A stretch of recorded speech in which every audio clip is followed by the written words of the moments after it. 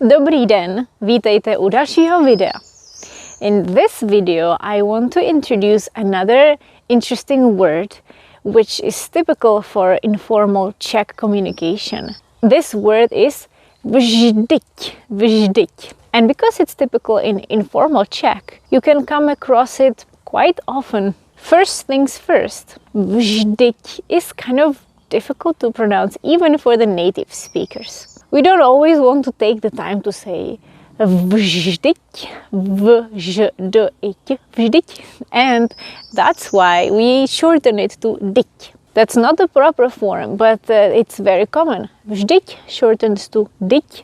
And in this video, I will show you how to use it so you can understand Czechs and also Czech movies more. Jdeme na to. Ahoj, vítejte na mém kanále Czech by Zuzka, kde vám pomocí angličtiny vysvětluju českou gramatiku. Vždyť usually appears at the beginning of the sentence or at the beginning of a clause, right after comma. This is a very typical phrase where you can hear it. Vždyť jsem ti to říkala. I told you so. Vždyť jsem ti to říkala, že bude pršet. But I told you it was gonna rain. Vždyť jsem ti to říkala, že bude pršet. A stejně jsi nevzal deštník. And you didn't bring the umbrella anyways. The interesting thing is that vždyť is usually not translated in English. You can see how I try to work with ChatGPT here. And even so, if you translate it like after all or but, it doesn't have the same feeling. Vždyť jsem ti to říkala. It has this sense of urgency. But I told you, but I did tell you. Or here's another example. Vždyť to není pravda. But it is not true. Vždyť to není pravda. Or dyť to není pravda. Before I tell you how to use this word, I'm going to play a few fragments from Czech movies and series, so you can get an idea how common this word is. Klid, já si tu cestu pamatuju, že jsem to pronajímala. Ty si to pamatuju. Dobré to bylo! Ty jsem byl druhý. No a to byl přece úspěch, ne? No a teď jsi nic neprodal. No jo, no. Vždyť can often work as a conjunction. It connects two parts of a sentence. Listen to this example. Už musíme jít, vždyť nám to jede za 20 minut. We have to go now because the train is leaving or it is leaving in 20 minutes. So you could say something like because or after all the train is leaving, but like I said, it doesn't sound the same way. Vždyť gives it a sense of urgency. Už musíme jít, vždyť nám to jede za 20 minut. When we use it as a conjunction to explain the previous statement, it can be translated as because, in a way. In the scenes I showed you, there was a sentence, já si tu cestu pamatuju, vždyť jsem to pronajímala. Klid, já si tu cestu pamatuju, že jsem to pronajímala. I remember that trip because I was renting the place. Or imagine another example. Your grandmother is worried about you because you are getting on a plane. So you tell her, neboj se o mě. Vždyť už jsem tolikrát letěl letadlem. Don't worry about me. I've flown by plane so many times. And we don't have to translate it, or maybe we could say something like, don't worry about me. You know that I have flown so many times. Neboj se o mě. Vždyť. So this was the conjunction.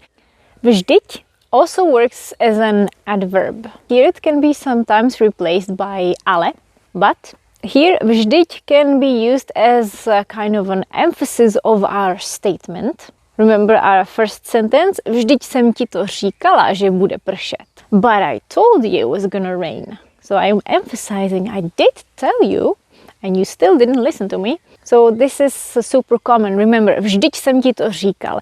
Vždyť jsem ti to říkala. But I told you. Or another example. Sousedova psa se nemusíš bát. Vždyť je to ještě štěně. You don't have to be afraid of the neighbor's dog. It's still a puppy.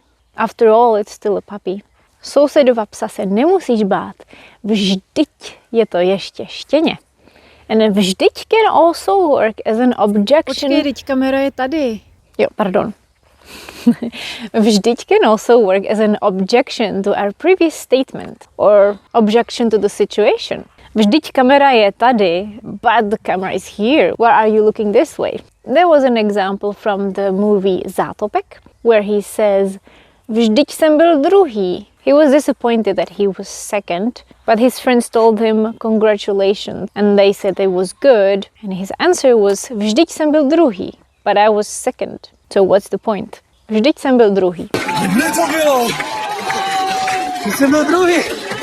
So it's super common in conversations when you want to contradict someone. You want to say it's not true. Someone might be feeling bad about their exam, which they passed anyways. They could say, já jsem se u té zkoušky tak strapnila. I totally embarrassed myself during the exam. And then your objection can be, no ale vždyť si ji udělala. But you passed after all. Vždyť si ji udělala. We can also say, no ale vždyť si ji udělala. Which is redundant, ale is redundant, but we like to use it. Ale vždyť.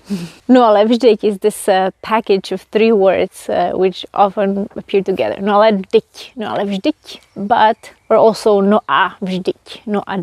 Just like in the scene I showed you, where husband and wife are talking about their day, the husband says, a teď to byl přece úspěch, ne? And it was a success, wasn't it? This is also supported by the word přece, which sometimes works in a similar way as vždyť. And then she answers, no a teď se nic neprodalo, but I didn't sell anything. No a teď to byl přece úspěch, ne? No a teď se nic neprodalo. Here's another example. Nemůžete jet, teď je bouřka. You can't go, there's storm. Nemůžete jet, teď je bouřka, vždyť je bouřka. Let's do a little bit of exercise. Practice vždyť. Say it. Vždyť. Kind of tricky. Say vž, like vž, dyť,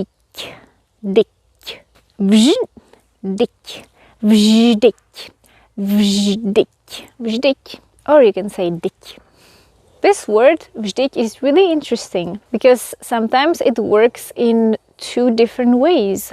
And you can have these 2 different ways in one sentence or one short dialogue. What often happens is that you have a sentence that supports the statement, and then the next sentence, usually said by another person, disputes that statement. And both of these functions would use vždyť, could use vždyť. It's not necessary, but it's very common in informal Czech, like I said. Here are 2 examples. Na tu pozici se určitě dostane Jirka. Vždyť má nejvíc zkušeností. Jirka will definitely get that position. After all, he has the most experience. And then you say, vždyť je tady kratší dobu než já, but he's been here less time than me. Ale vždyť, or no ale vždyť je tady delší dobu než já. When you say vždyť, kind of like in a dispute, or when you want to contradict something, you give some kind of emotion into it. Ale vždyť. You can also practice that together with that word. Vždyť, ale vždyť.